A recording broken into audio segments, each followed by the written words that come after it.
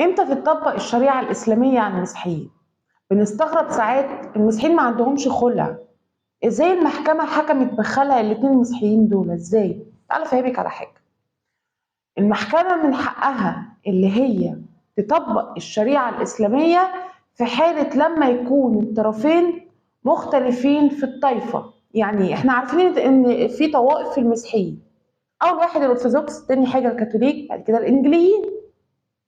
طيب انا قدامي طرفين مسيحيين لكن مختلفين، هما الاتنين متشابهين في الديانة لكن مختلفين في الطائفة.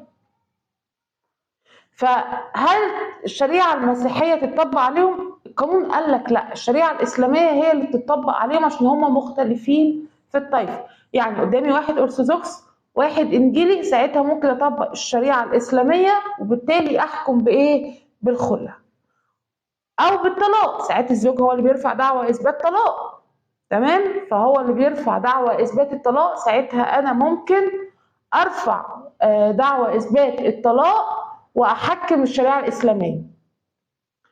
ومن حق الزوجه بعد كده طبعا تطلب مستحقاتها بالشرعيه لو هو طلقها، لو طلقها عن طريق المحكمه طالما هم مختلفين في الطائفه، من حقي طبعا ان انا اطلب المستحقات الشرعيه. طيب هو الزوجه المسيحيه من حقها ترفع طلاق للضرر؟ ده في حاله لما يكونوا هما الاتنين مختلفين في الطائفه. يعني يكون هو زي ما قلنا ارثوذكس وهي مثلا انجيليه او العكس، فساعتها انا بطلب طلاق للضرر من حقي.